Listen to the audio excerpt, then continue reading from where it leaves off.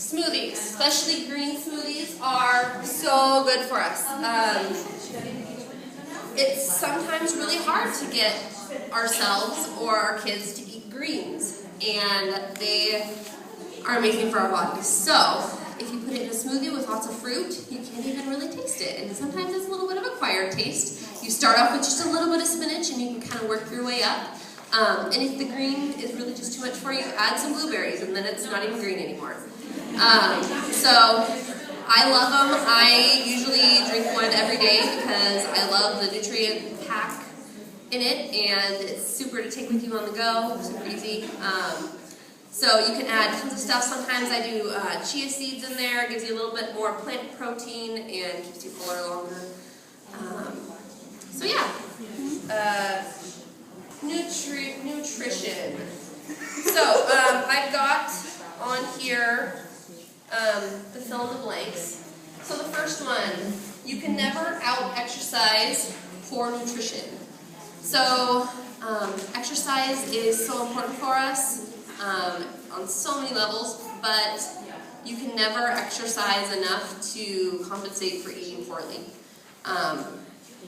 I can't stress enough how important it is to fuel our bodies the way they deserve to be fueled. That kind of leads into my next one. Our bodies are highly powerful machines, and if you're feeding it low quality fuel, or if you're feeding it the junk food, it's not going to be performing the way that it could be performing.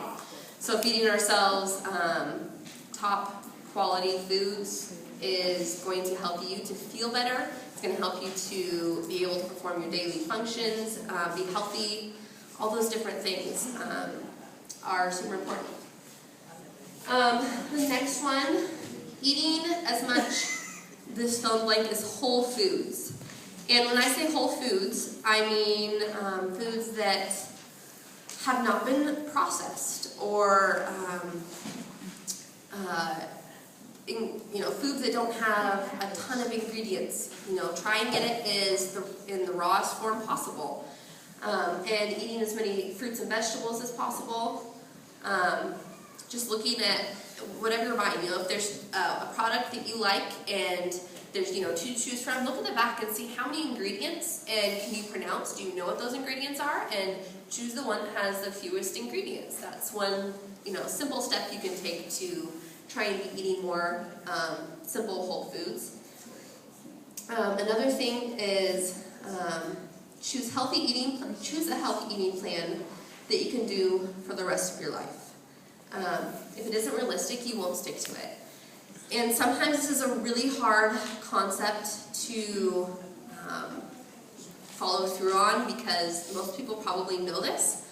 But a lot of times when you start eating that way, you're not going to see huge results right off the bat. It might be a very, very slow process. When I first started eating, counting calories, not being super restricted, and not saying that that's bad. Some people, counting calories is what works for them, and they don't find a problem with it. And so there's nothing wrong with that. But for me, I was so obsessive about it, and if I blew it, then I just went off the deep end. So for me, that didn't work.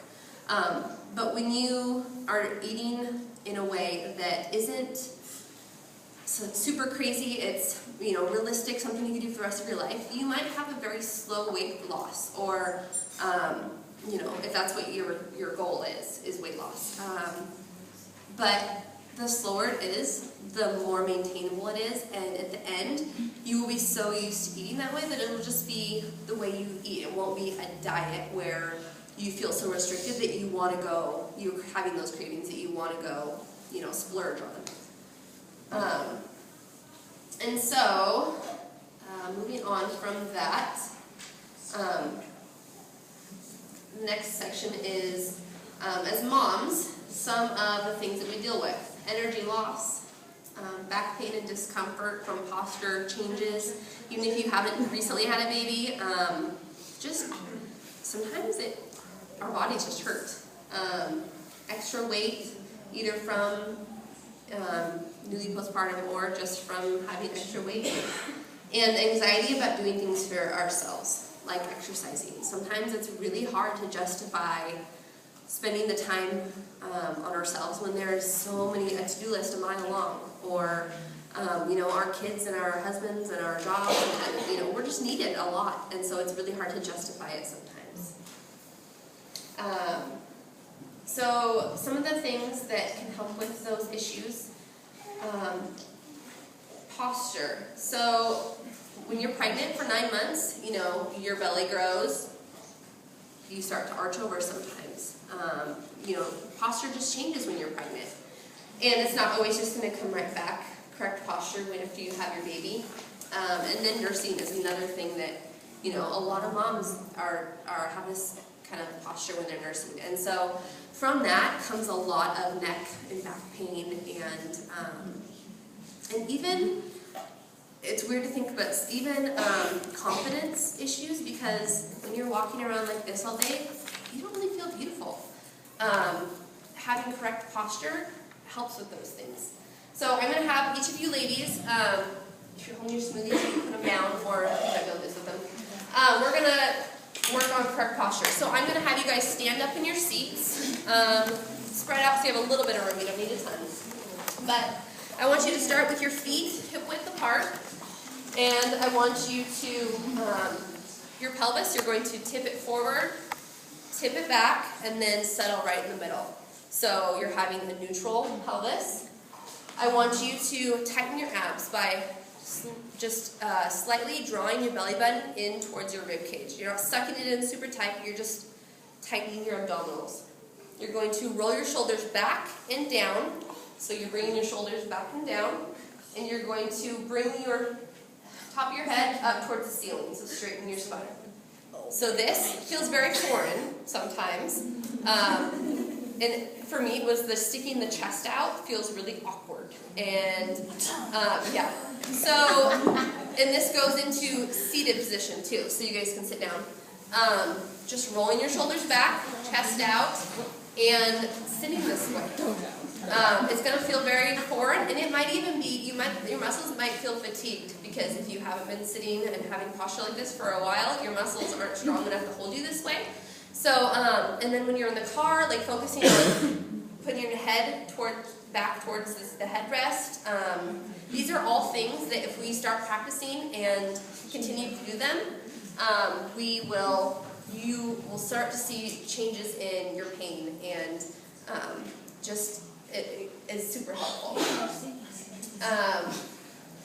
So having neutral posture was the second or the next fill in the blank.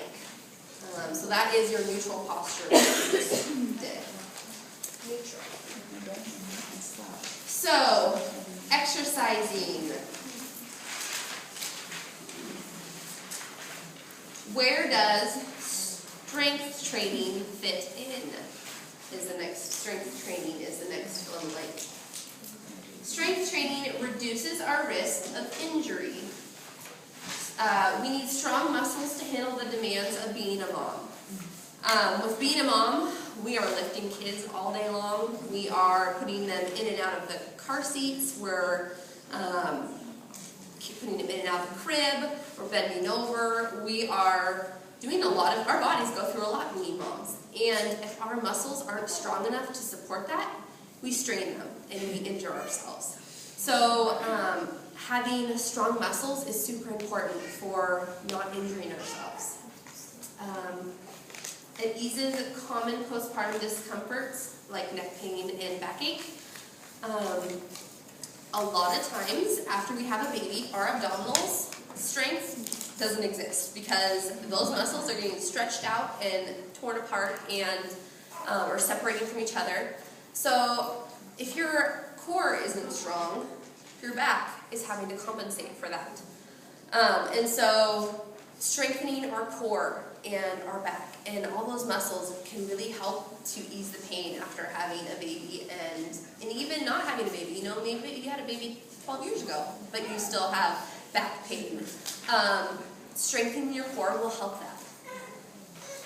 It boosts body image and helps you feel confident and capable. You know, so I have heard from so many women, and I know for myself too, when we are exercising, even if we aren't losing any weight, but we are getting stronger, it feels so good, and you feel so powerful when you realize, oh, I couldn't have lifted that, 2 months ago, but I could lift that. Or I couldn't have walked it that far without being out of breath or winded or gone up those stairs, but I just did that, and it feels so good.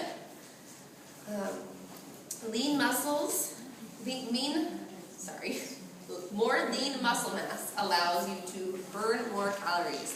That's the next fill in blank. When we have more lean muscles, those burn more calories, even at rest. So that is another great aspect of burning calories, losing weight. And like I said, strengthening those muscles for correct posture, it's going to help us to be able to hold correct posture for longer if we have strong muscles. And then the endorphin release. This is probably my favorite part of exercise, is after a good workout, I feel amazing because I get that endorphin release. And even if I, came to my workout in a bad mood, my kids were driving me nuts, I was just irritable, afterwards I'm like, oh, okay, I feel great. Even if it doesn't last the whole day, at least for a little bit, I was in a good mood. So, endorphin release from working out. And how do we stick with it when there are so many excuses to skip exercise? A lot of us, like Jen was saying, for 2 weeks we can do anything, but then, the kids get sick. You get sick. You have a to-do list a mile long. We can all come up with a bazillion excuses. So what is the thing that's going to help us to be the most successful to sticking with an exercise program? Moms who have the most success with sticking to their exercise routine are those who are held accountable by someone else. You fill in the blank is accountable. If there is somebody who is going to be meeting you somewhere and you said you were going to be there, how much less likely are you going to be to, I just don't feel like going. They're going to be, where were you? Why aren't you meeting me? So having an accountability, whether that means you find a walking buddy, someone who will go walking with you, someone join a fitness group, a group who you enjoy going and working out with them. So it's not only that I want to go work out to be in shape and to get fit, but I enjoy hanging out with them. So I want to go, even if my kids are driving me nuts and they're being hard to get ready and get in the car. Like, we are doing this today because I want to go see my friends. And then accountability forces us to make time for exercise. And then the last bullet right there is start with a manageable routine. So often, we just say, I'm gonna get in shape, I'm gonna eat healthy, and I'm gonna work out for an hour every single day. Which not saying that that's a bad thing, but if you're going from nothing to an hour every single day, you might get burned out real quick. You want to start with something that is manageable. When I started trying to get into shape, my exercise was I would put the kids in the stroller, I would go on a walk 3 times a week. It was a decent sized walk, but I knew that was something I could do with my kids, and it was manageable. I can tell myself 3 days a week. That's not a big deal. I started from there, and I just worked my way up. You don't want to start on something that's crazy, and then you get burnt out and just quit altogether. And then the last thing is, if you don't have time to devote to an exercise routine, incorporate it into your daily life. I gave some examples. Doing squats while you're making dinner. Park farther away at the parking lot so you get some more exercise in there. Just walking farther is exercise. Doing lunges while you're watching TV or folding laundry. All those little things add up. You can come up with little things like you just add into your daily routine, and all those things will add up, and you will start to see a difference. So those are kind of my tips, what I have learned, and these are all things that kind of come from my own experience. I have not been in shape or fit my whole life. It's something that I started at ground zero of not being in shape whatsoever, and just worked my way up. And I know that each and every one of you can do the same if you aren't already there. One scripture that I had that I was doing my devotions this morning that went along beautifully with today was Hebrews 2, chapter 2, verse 18. Because he himself suffered when he was tempted, he is able to help those who are being tempted. So those moments when you're tempted to not go work out because you just don't feel like it, or you're tempted to eat something that you told yourself you weren't going to eat, Jesus wants to help you, and he was tempted, and so he can help you to overcome and conquer that temptation.